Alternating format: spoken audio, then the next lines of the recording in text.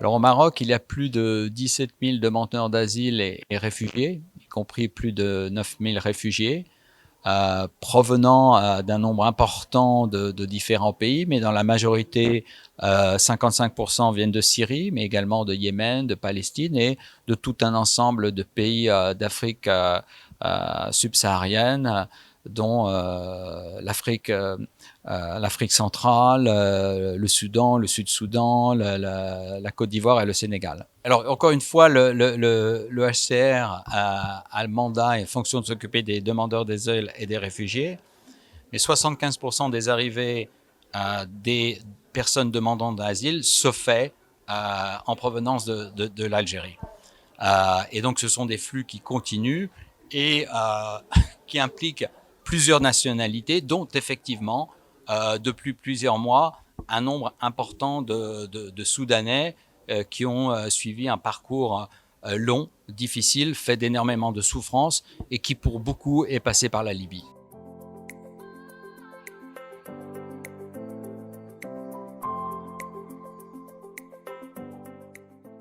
Donc nous sommes là aujourd'hui pour célébrer la clôture d'un programme financé par l'Union européenne, programme qui est consacré à l'accès des réfugiés aux droits dans les domaines de la santé, l'éducation, soutien psychosocial et également l'aide d'urgence.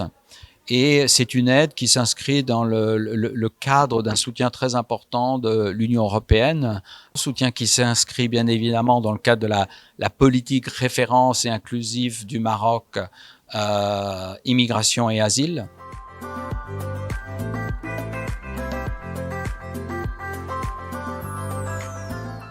L'Union européenne appuie très fortement les efforts du Haut Commissariat aux réfugiés et les efforts du Maroc pour accueillir dans les meilleures conditions possibles les réfugiés, les gens victimes de persécutions chez eux, qui ont dû fuir avec enfants, sans enfants, qui ont laissé leur famille chez eux et qui ont besoin donc de protection au terme de la Convention de Genève, évidemment. Le Maroc a fait beaucoup pour accueillir les réfugiés en Afrique du Nord. Et nous nous en félicitons. Nous travaillons d'ailleurs très bien avec les autorités marocaines et le HCR là-dessus. Maintenant, pour que les choses aillent encore mieux, il faudrait, dans l'idéal, que les réfugiés bénéficient d'un véritable statut de réfugiés et qu'à cet effet, cette loi sur l'asile, qui est en chantier depuis longtemps, reprenne du poil de la bête et soit adoptée. Et nous sommes impatients de voir quelles seront les intentions du nouveau gouvernement à cet effet.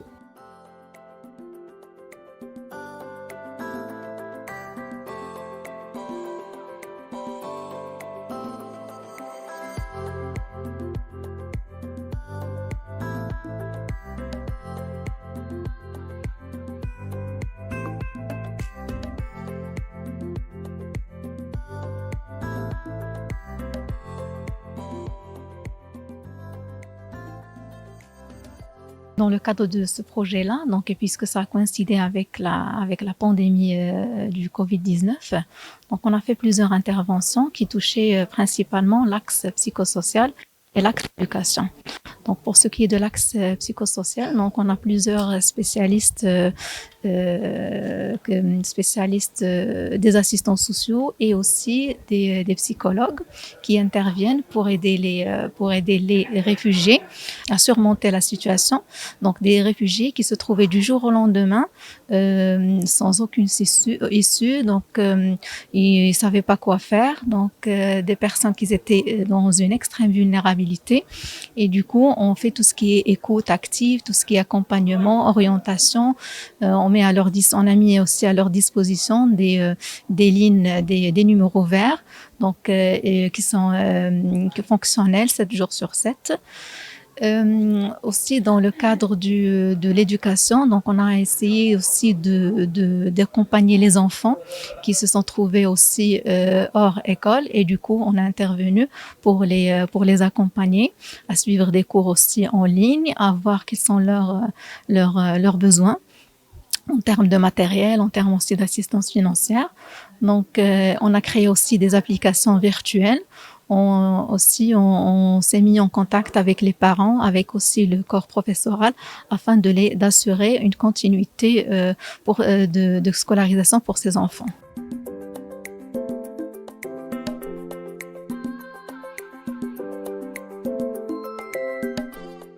Annuellement, je peux dire qu'aux alentours de 6 000 à 6 500 réfugiés ont pu bénéficier de ce programme, donc ce programme médical.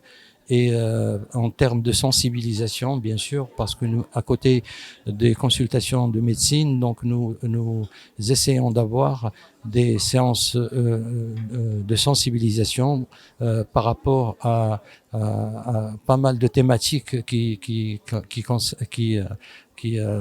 concernent les réfugiés justement.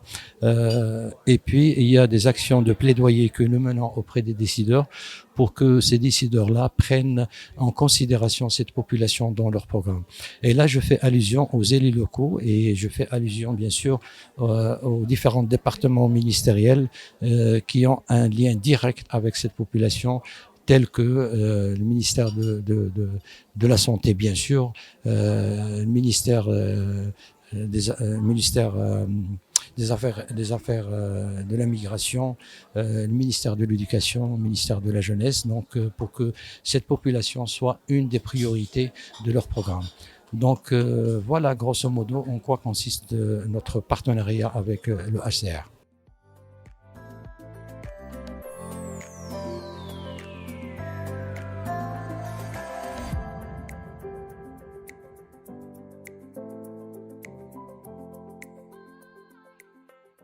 À cet égard, en nous tournant vers le futur, nous regardons l'année 2023 parce qu'elle consacrera le 10e anniversaire de la mise en œuvre de cette politique à l'instigation de Sa Majesté le roi Mohamed VI. Mais elle coïncidera également avec la tenue du 2e Forum mondial pour les réfugiés. Et à cet égard, il y a 3 éléments qui nous apparaissent absolument importants. C'est premièrement l'établissement, la passation de la loi Asile. Le deuxième, c'est une amélioration de la situation de la documentation pour les demandeurs d'asile et les réfugiés, documentation qui reste un défi, comme l'a montré l'analyse de l'année dernière du Haut Commissariat au Plan. Et le troisième, c'est justement la continuité de ces efforts d'accès aux services pour les populations réfugiées, la santé, l'éducation, et ce d'autant plus qu'il y a la déclinaison par le Maroc d'un programme de sécurité sociale universelle dans les années à venir.